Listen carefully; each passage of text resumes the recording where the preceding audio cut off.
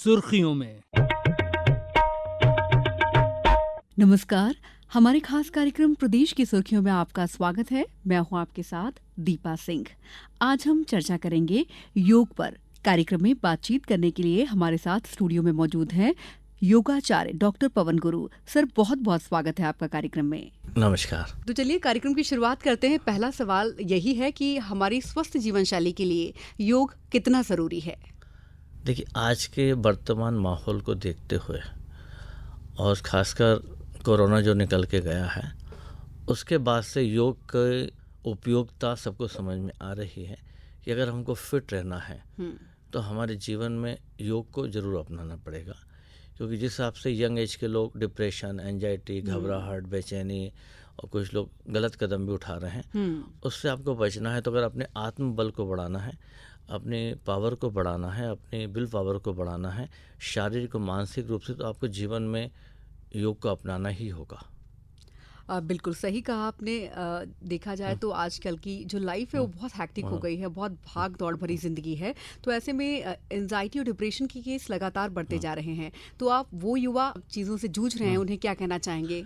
देखिए, क्या आजकल फिजिकल काफ़ी कम हो गया है, मेंटली ज़्यादा हो गया है जी। या हम मोबाइल पे हैं 2-4 घंटे, कंप्यूटर पे 2-4 घंटे हैं, या हम टीवी से चिपके हुए हैं, तो हम लगातार अपनी मसल्स को कमज़ोर कर रहे हैं। और जब हम इनसे लगातार, एक तो काम का लोड है जी। और बचे हुए समय में हम इनसे चिपक गए हैं जी। और काम के दौरान में इनसे हम काम यूज़ कर रहे हैं, तो एक हमको जो अकेलापन है जी। जी। और हमारा फिज़िकल एक्टिविटीज़ नहीं होने के कारण हम लोग इस बीमारी से बड़े लगातार परेशान हो रहे हैं। और उसका दूसरा कारण भी यह है कि लोगों को आजकल तनख्वाह भी अच्छी मिल रही है, जी। तो वो सोचते हैं किसी से रिलेशन बनाने से क्या फ़ायदा, हम तो अपने में फिट हैं।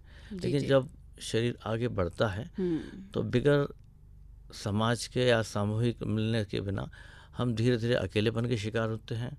वहीं डिप्रेशन हो जाता है, वहीं एंजाइटी होती है और फिर हमारी बॉडी और माइंड उतना काम नहीं कर पाता।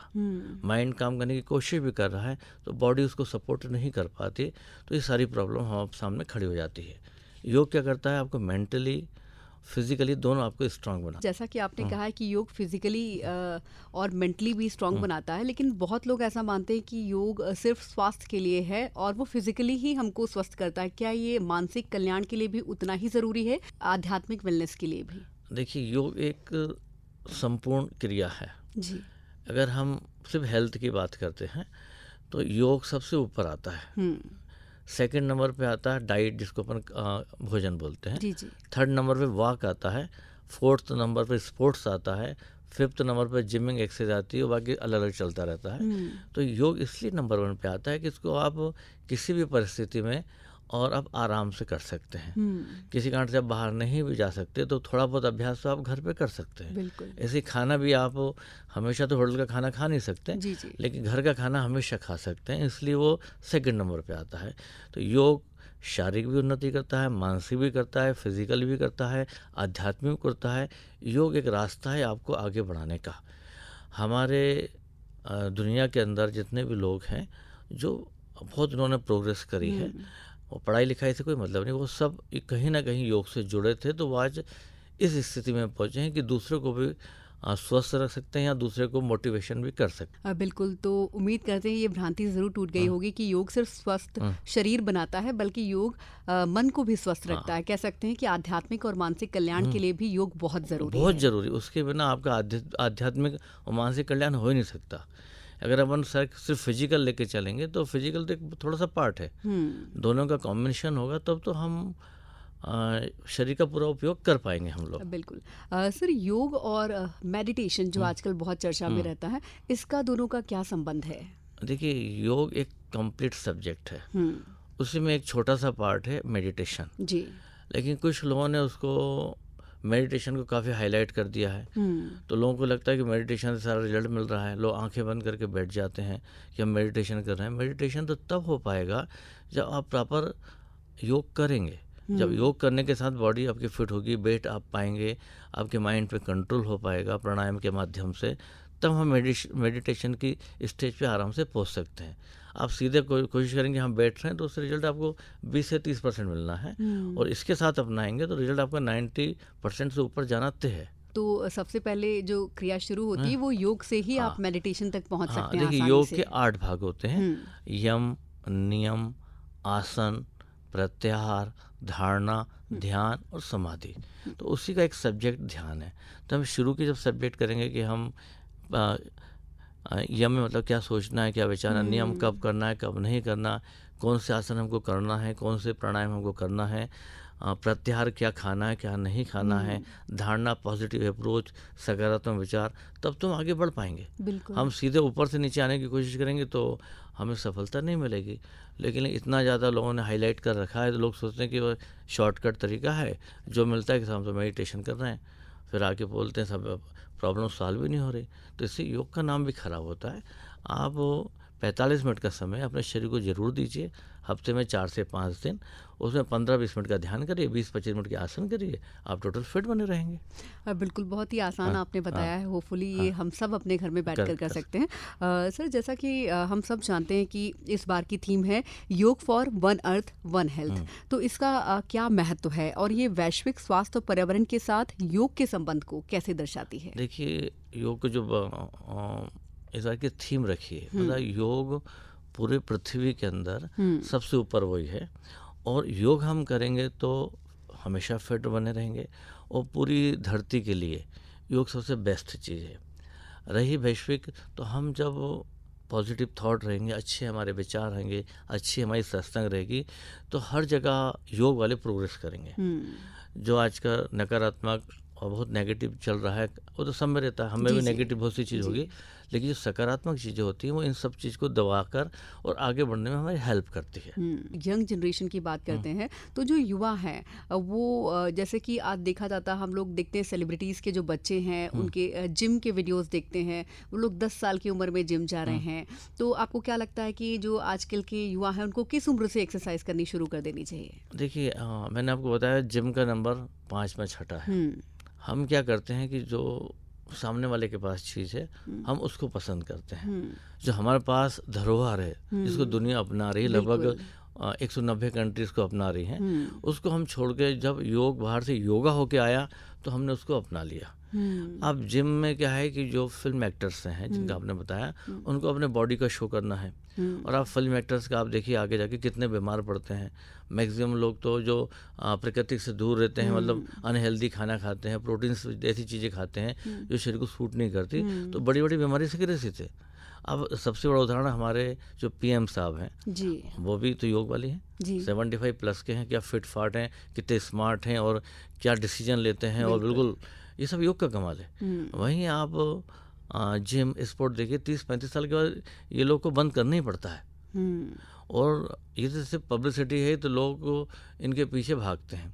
अब दूसरा है कि जितने भी इंस्ट्रूमेंट्स जिम वगैरह में यूज़ होते हैं सब बाहर से आते हैं, तो ये पूरा एक प्लानिंग के तहत चलता है। योग में ऐसी कोई ज़रूरत पड़ती नहीं है, आप एक ब्लैंकेट बिछाएं और अपन अभ्यास चालू कर सकते हैं। कोई खर्चा ऐसा कुछ नहीं खास। बिल्कुल कह सकते हैं कि ये भी एक बाजारीकरण, हाँ पूरा वही है, तो लोग उसकी तरफ जाते रहते हैं। बिल्कुल सही कहा आपने। सर, जिस तरह से आजकल स्कूल के पाठ्यक्रमों में भी योग को स्थान दिया गया है, आपके क्या सुझाव हैं, क्या विचार हैं, आप कैसे देखते हैं इसको? देखिए योग पाठ्यक्रम में स्थान दिया है, ये बहुत अच्छी बात है, लेकिन है कि इसमें भी सुधार की बहुत गुंजाइश है कि योग को लगातार ऐसा नहीं कि हम खाली 21 जून को योगा डे मनाएं या योग का दिवस मनाएं, लगातार बच्चों को अगर हम एक रूटीन में प्रैक्टिकल क्लासेस रखें तो उनके लिए वो बहुत फ़ायदेमंद रहेगा। उससे वो मेंटली भी स्ट्रांग होंगे, फिजिकली भी स्ट्रांग होंगे। जब नीचे से उनका बेस स्ट्रांग होते हुए चला जाएगा तो वो समझिए कि अपने भारत के जो बच्चे हैं वो सबसे आगे चलेंगे। बिल्कुल, बिल्कुल सही कहा आपने। तो जिस तरह से सर आजकल स्कूल्स में भी योगा टीचर अपॉइंट किए जा रहे हैं, तो ये आप मानते हैं कि ये ज़रूरी है? नहीं, ये बहुत पहले हो जाना था और ये बहुत ज़रूरी है, और एक समझिए कंपलसरी सब्जेक्ट है। मान के चलिए आपके पास एक बहुत बड़ी डिग्री है, जी जी लेकिन आप फिजिकल फिट नहीं तो डिग्री का यूज़ नहीं कर पाएंगे। बिल्कुल। लेकिन आपके पास डिग्री थोड़ी सी कम है, लेकिन फिजिकली और मेंटली फिट है, तो आप वो डिग्री का अच्छे ढंग से यूज़ कर सकते हैं। जी जी तो वो तो पहले का फर्स्ट स्टेज वही है कि हमको फिट रहना है। बिल्कुल सर। योग को दैनिक जीवन में शामिल करने से शारीरिक और मानसिक स्वास्थ्य पर किस तरह से क्या प्रभाव पड़ता है, और आधुनिक जीवन शैली की चुनौतियों का समाधान कैसे निकाल सकते हैं इसके जरिए? देखिए, एक तो योग जो है वो ऑटोमेटिक प्राचीन भी है, वर्तमान भी है और आधुनिक भी है। अगर हम शरीर को 1 घंटा या मैंने कहा 45 मिनट आप देते हैं तो शरीर आपको समय देता है। जब शरीर आपको समय देगा तो आप जिस भी फील्ड में हैं उसमें आप आगे बढ़ेंगे। और हम आधुनिकता की दौड़ के अंदर हम सोचें कि योग तो बहुत पुरानी चीज़ है। योग वो चीज़ है, वो अमृत है जिसकी कीमत, जिसकी वैल्यू कभी ख़त्म नहीं होगी। जी जी लेकिन उसको समझने वाला व्यक्ति चाहिए। हम योग को एक एक्सरसाइज से तुलना करें, योग को या किसी और से तुलना करें तो ये संभव नहीं है। और जो लोग ऐसा करते हैं वो समझ लीजिए कि वो योग को सही ढंग से समझ ही नहीं पाए हैं। हाँ सर, बिल्कुल सही आपने कहा कि अक्सर देखा जाता है कि योग को इसलिए भी यंग जनरेशन नहीं अपना पाती है क्योंकि आजकल जंक फूड का बहुत चलन है, ओबेसिटी बहुत ज़्यादा बढ़ रही है, तो हर समय वेट लॉस के चक्कर में रहते हैं। कहते हैं योगा ज्वाइन करेंगे तो वेट लॉस नहीं हो पाएगा, बाकी एक्सरसाइजेज से तेज़ी से वेट लॉस होता है। तो ये कितना सही है, योग के ज़रिए जो वेट लॉस होता है और दूसरी एक्सरसाइजेज से जो ओबेसिटी दूर होती है, तो उन दोनों में क्या अंतर आता देखिए, है? बेसिक ये है कि आप जो कैलोरी आपने अर्न करी है वो कैलोरी आपको बर्न करना है। अब जिम या दूसरी एक्सरसाइज में वो कैलोरी ज़्यादा बर्न कराते हैं, लेकिन जीवन आपका कोई आज का नहीं है। आपको जीवन को 60, 70, 80, 90 साल तक तो लेके जाना है। जी जी योग आपको वहाँ तक ले जाता है। जब हम खाने पे कंट्रोल करते हैं कैलोरी वाइज और योग करते हैं तो हम दुबले भी हो जाते हैं। हमने कई लोगों को दुबले किया, हज़ारों लोगों को। जिम में भी वही है, ज़्यादा एक्सरसाइज कराते हैं और आप सोचते हैं कि हमारी तो कैलोरी बर्न हो रही है, लेकिन खाने की हैबिट तो आपकी वही है। जी जी तो जिस हिसाब से मोटापा बढ़ रहा है या दूसरी एक्सरसाइज जब छूट जाती है तो वो मोटापा जस्ट डबल से ज़्यादा हो जाता है। जी लेकिन योग में ऐसा नहीं है, क्योंकि योग एक स्लो, एक परमानेंट प्रोसेस है, उसको अपनाना है। लोग सोचते हैं कि हमने 1 महीने कर लिया है, 6 महीने कर लिया या दूसरी एक्सरसाइज भी कर ली, हाँ, तो हम इसको छोड़ते, लेकिन वो आप जीवन को छोड़ रहे हैं। बिल्कुल, ये हमें अपने जीवन का एक अभिन्न हिस्सा मानकर इसे अपनाना होगा, लाइफस्टाइल चेंजेस जिसको कह सकते हैं। जीवन शैली जिसको बोलते हैं कि आपने जीवन शैली चेंज करिए, आप लाइफस्टाइल को पूरा चेंज कर दीजिए, खान पान चेंज करिए, तो वही है। देखिए, रोज़ तो आप पिज़्ज़ा वगैरह खा नहीं सकते। जो पिज़्ज़ा रोज़ खाते हैं आपने देखा उनका क्या आगे जाके कितनी उनको दिक्कत होती सही है। कहा आपने। सर, ये भी आपसे जानना चाहेंगे कि मैं एक आम श्रोता के माध्यम से आपसे सवाल कर रही हूँ। बहुत सारी आपने योग की खासियतें बताई हैं। मान लीजिए कि बहुत सारे लोग हैं और वो समझना चाहते हैं कि योग वो क्यों करें, क्यों ज़रूरी है उनके। बहुत सारे रीज़न आपने बताए हैं, लेकिन मैं चाहूँगी कुछ आप ऐसी रोचक चीज़ें बताएं हमारी ऑडियंस को जिससे उनको लगे कि हाँ, योग ही वो माध्यम है जिसके ज़रिए हम आध्यात्मिक, मानसिक और शारीरिक रूप से स्वस्थ जीवन शैली बिता सकते हैं। हाँ, देखिए, सबसे पहला तो हम अपने बॉडी और माइंड का मुश्किल से 5% यूज़ करते हैं और दुनिया को हम विदा कर जाते हैं। लेकिन जब हम योग करते हैं तो ये 5% जो है आपके लास्ट समय तक एक्टिव रहता है और किसी में एक्टिव नहीं रहता है। जी। योग करने से बॉडी में जो लैक्टिक एसिड निकलता है वो सब एक्सरसाइज में निकलता है, वो न्यूट्रलाइज हो जाता है प्राणायाम और ध्यान और शवासन से, वो किसी और में नहीं होता। तीसरा है कि जो हमारी जैविक लाइफ रहती है या हमारे शरीर की जो लाइफ रहती है, जैसे आपकी उम्र 20 साल है तो आपकी जैविक उम्र मान के चला कि हमने कहा वो तो 20 साल का व्यक्ति बहुत बीमार है, पर चला कि उसकी हार्ट लंग्स की उम्र बढ़ चुकी थी 70 साल। योग उस उम्र को उससे नीचे रखता है। जब हम वो उम्र को, जो हमारी उम्र को नीचे रखता है, तो हम लंबे समय तक फिट आराम से रह सकते हैं। ये और किसी में संभव नहीं है। तो आपने देखा होगा जितने योग करने वाले दिखेंगे आपको यंग दिखेंगे, जवान दिखेंगे, ज़्यादा एज में फिट दिखेंगे और मेंटली फिजिकली अच्छे ढंग से काम कर रहे होंगे। और उसी एज के दूसरे पर्सन से आप तुलना करेंगे तो वो आपको ज़मीन आसमान का अंतर दिखेगा। ये योग का इफेक्ट है। बिल्कुल। तो देखिए, ज़िंदगी एक बार नहीं मिलती, ज़िंदगी रोज़ आपको मिलती है। मृत्यु एक बार मिलती है, लेकिन ज़िंदगी को हम रोज़ जीना ही नहीं चाहते। हम सोचते हैं मेरे भाग्य में लिखा हुआ है, और ऐसा हो ही नहीं रहा, मेरे मन में है।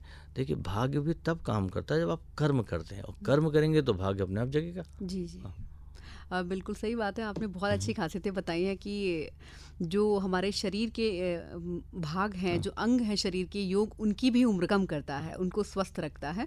वाक़ई बहुत ही महत्वपूर्ण बात है, हमारे दर्शकों को भी जानना चाहिए और वो उम्मीद करते हैं हम्म, कि इन बातों को सुनकर वो ज़रूर योग को अपनाना चाहेंगे। सर, य आयुष मंत्रालय ने एम योगा ऐप बनाया है, हाँ।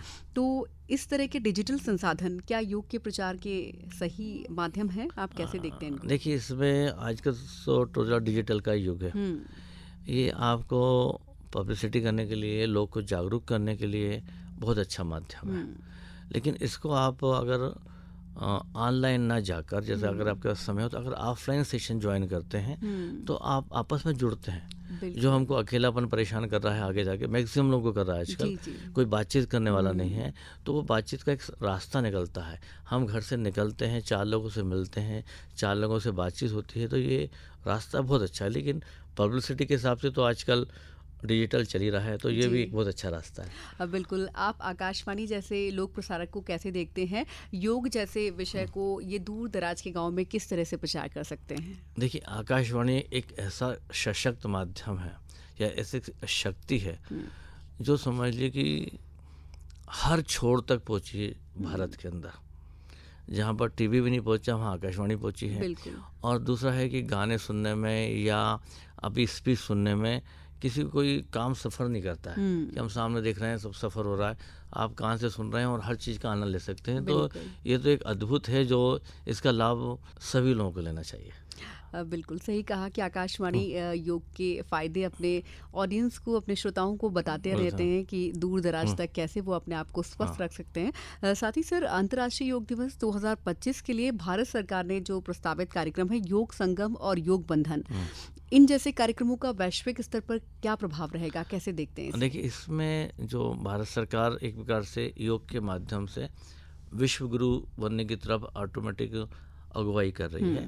तो जो आज के पूरे दुनिया में सबसे बड़ी परेशानी है, अकेलापन, हुँ, न्यूक्लियर फैमिलियाँ, तो जब सब जुड़ते हैं, जैसे अपने अभी कुंभ हुआ था, कितने करोड़ों लोग आए थे, बिल्कुल, हाँ। बिल्कुल। तो लोग जब जुड़ते हैं तो आज ही मैंने पेपर में पढ़ा है कि जो मस्क हैं, हुँ, एक्स के मालिक, जी, उन्होंने उन्होंने अपने पिताजी से कहा है कि आप कुछ दिन भारत घूम के आइए। आज पेपर की हेडलाइन है कि आप सब कुछ छोड़िए, कुछ दिन भारत घूम के आइए, आपको आनंद आएगा। तो ये भारत की खूबी है कि यहाँ पर जो भी आता है मेहनत भी करता है और आगे भी बढ़ता है और लोगों को जोड़ के भी रखता है, लोगों की सेवा भी करता है। ये कहीं और नहीं मिलता है। हाँ। बिल्कुल।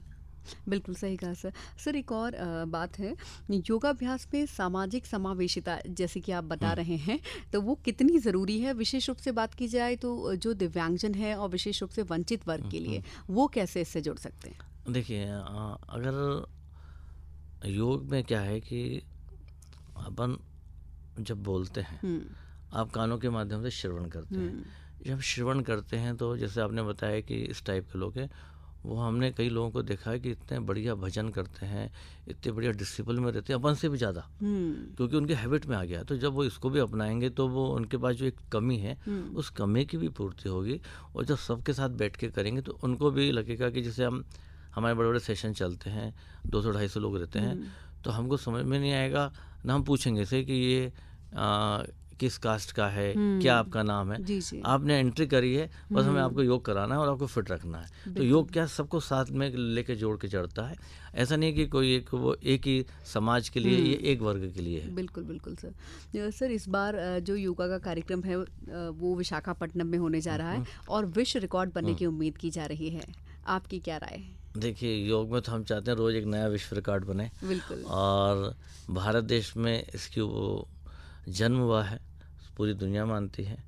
और विश्व रिकॉर्ड हर साल एक नया रिकॉर्ड बनना चाहिए। रिकॉर्ड बनने का है कि लोग ज़्यादा से ज़्यादा जुड़ रहे हैं। हुँ, जब ज़्यादा से ज़्यादा लोग जुड़ेंगे तो उसका बेनिफिट उनको मिलेगा। जब बिल्कुल। बेनिफिट मिलेगा तो ऑटोमेटिक हर साल एक नया रिकॉर्ड बनता जाएगा। पिछले रिकॉर्ड से हम बढ़ते हुए जाएंगे। जी, तो जी। ये पूरे देश के लिए, पूरे समाज के लिए, हम भारतवासियों के लिए ये बहुत अच्छा है।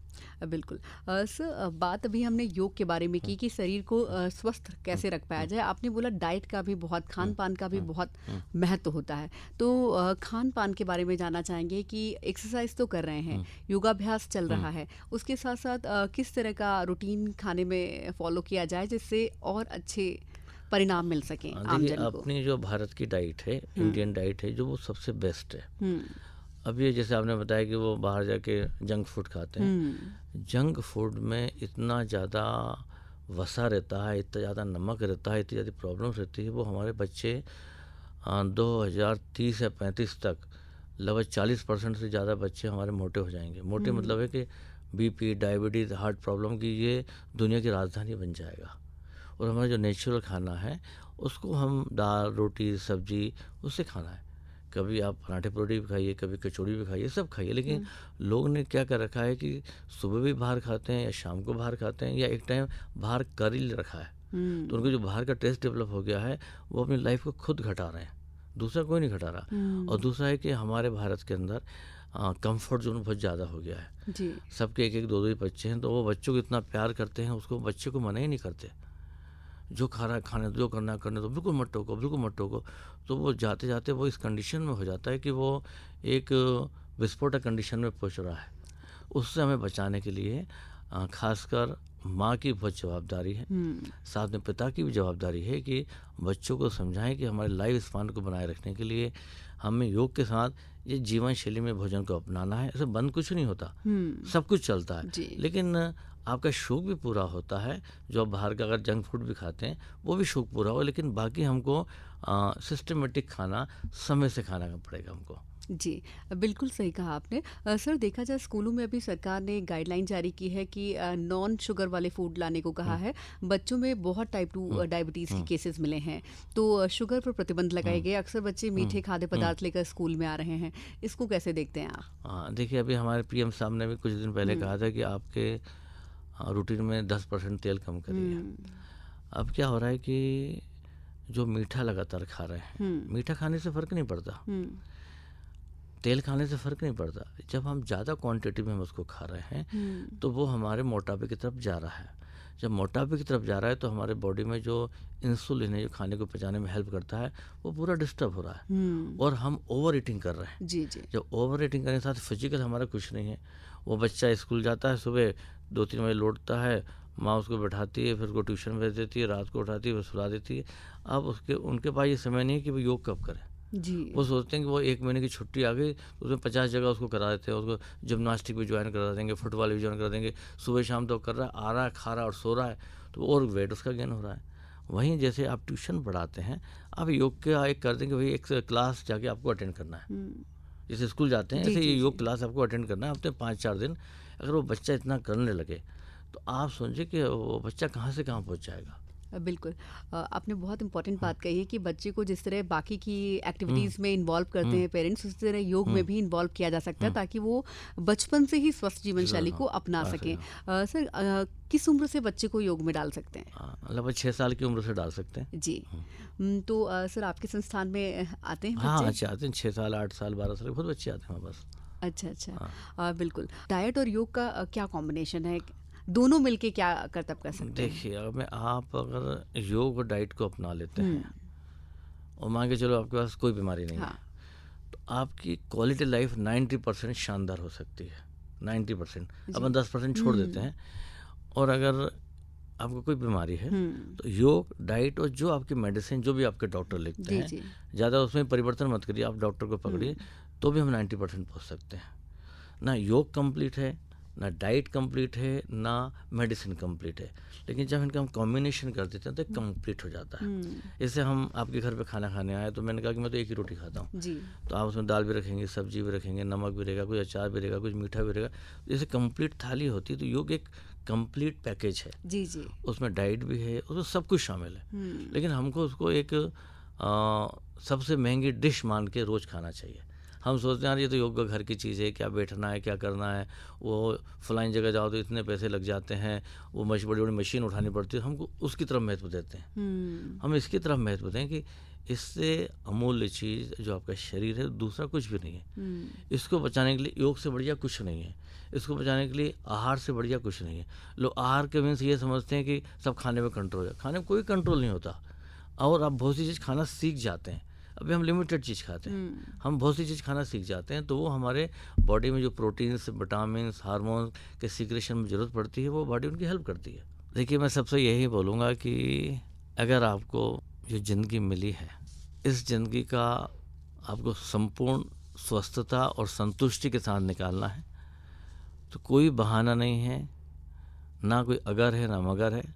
आपको जीवन में योग को अपना लीजिए और जो अपनी भारतीय भोजन पद्धति है उसको अपना लीजिए। 15-20 दिन में आप पसंद का खाइए जो भी खाना है, और एक अच्छी ज़िंदगी को आप जी सकते हैं जिसके आप अधिकारी हैं। बिल्कुल, बहुत ही सच्चा सिंपल सा फॉर्मूला है। सर, एक बात और है कि योग सिर्फ व्यक्तिगत कल्याण के लिए होता है या फिर सामुदायिक और वैश्विक कल्याण भी कर सकता है? देखिए जब हम बताएं ना कि सामूहिक बैठ के करते हैं तो पूरे समाज का कल्याण करता है, लेकिन हम उसको जीवन में उतारेंगे तब तो कल्याण होगा। बिल्कुल। हम उसको बिल्कुल टेम्परेरी सब्जेक्ट के रूप में लेंगे तो ना कल्याण होगा, ना फ़ायदा होगा, ना किसी और का फ़ायदा होगा। और चलते चलते मैं चाहूँगी कि आप हमारे श्रोताओं को कुछ संदेश दें। मेरा संदेश यही है कि अगर हमको फिट रहना है और यहाँ आने का हमारे पर्पस को हल करना है, तो पॉजिटिव थॉट के साथ, अच्छे विचारों के साथ, अच्छी सत्संग के साथ जीवन में योग को नमक की तरह अपना लीजिए। तो वाकई आपने बहुत ही महत्वपूर्ण बातें हमारी ऑडियंस को बताई है। डॉक्टर पवन गुरु, आप हमारे कार्यक्रम में आए, बहुत बहुत धन्यवाद आपका। नमस्कार। इसी के साथ हमारे इस खास कार्यक्रम में फिलहाल इतना ही। दीजिए इजाजत, नमस्कार। सुर्खियों में